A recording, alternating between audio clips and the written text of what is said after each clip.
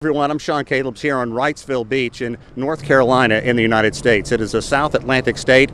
Right now the weather could not be better. It's relatively cool, a little bit breezy, and the sun is blaring. But not terribly far off the coast, out in the Atlantic Ocean, in a counterclockwise turn, there is a menacing storm.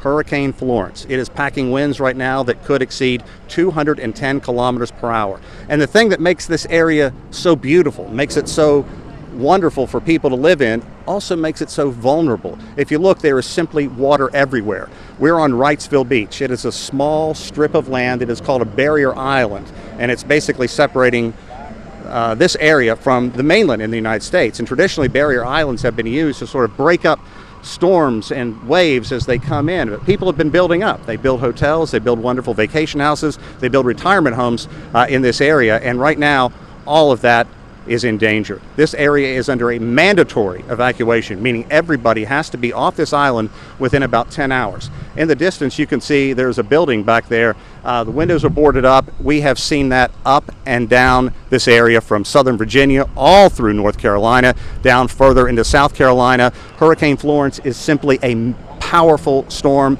It will probably be a killer. That is the word from officials. They're telling people, do not toy with this. Get out of the area, get out of harm's way quickly. If you look over here, you can see a lot of people bringing pleasure crafts up. They're trying to get these boats out of the water because the storm surge is expected to be about 5 meters or so. And so that would just bash these boats, destroy them.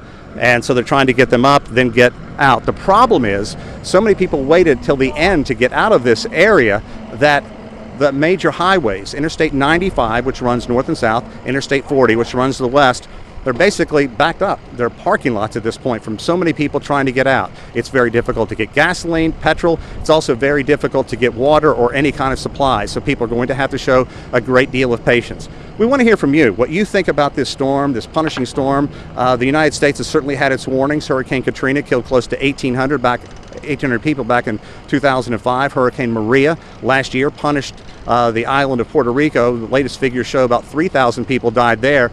Are people waiting too long? Should they have done more? We want to hear what you had to say about this. So please reach out to us, ask us questions. You can do that on our website. We will get to those questions as well. I'm going to back up here a little bit and get Peter, a photographer, to walk backward a little bit and kind of show you what we're dealing with out here. We have seen boats come in and out throughout the last, I'd say, since 24 hours since we've been here. The boats have been coming in and out.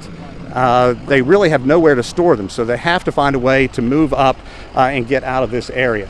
If we pull out here, you can see another guy's coming down to pull his boat out. This has been repeatedly happening. And as I mentioned, people are taking so much time to trying to get out of this area, but they are heeding the warnings. Emergency officials throughout North Carolina have said that this storm is a potential killer, and if you don't get out now, they can't guarantee that emergency crews could reach you if you think about riding out the storm. The storm surge just in Wrightsville Beach alone will be as high as 2-story buildings. So you think about the damage that could cause. We've seen it before in punishing hurricanes. We're going to see it again. Let's go over and try and see if we can grab a quick word with this gentleman who's trying to get out. Hey, I know you're trying to get out. We're on live real quick. Can I just ask you a quick question about what? Sure.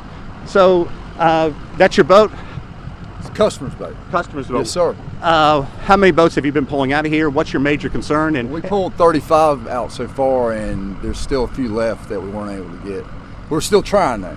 And you're from this area? Yes, sir. 28 years. Are you worried about the weather conditions? Are you worried about what people are going to? Most definitely. I went and bought that as soon as I heard that the storm was supposed to stay on top of us for a couple days. And to tell our viewers, that is going to keep I drove to Jacksonville and got that yesterday. That's a generator. So you had a long drive to find any kind of generator. You've been through hurricanes before, but this thing could be a killer. Certainly could. You have no earthly idea what's going to happen. Do you think this landscape's going to change a lot in the next 24 to 48 hours? I hope not. I hadn't been really following with the moon and the tide and all that stuff up there. I've been concentrating on trying to get people's value, sure.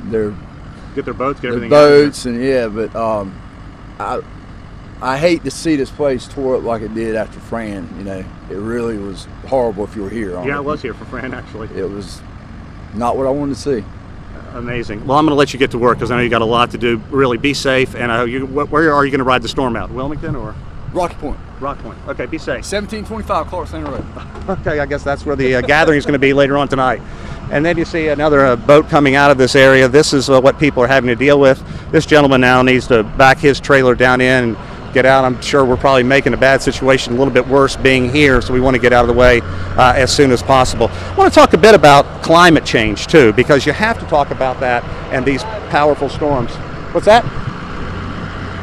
Oh, sorry. So you have to talk about climate change and these powerful storms, because this is the kind of thing.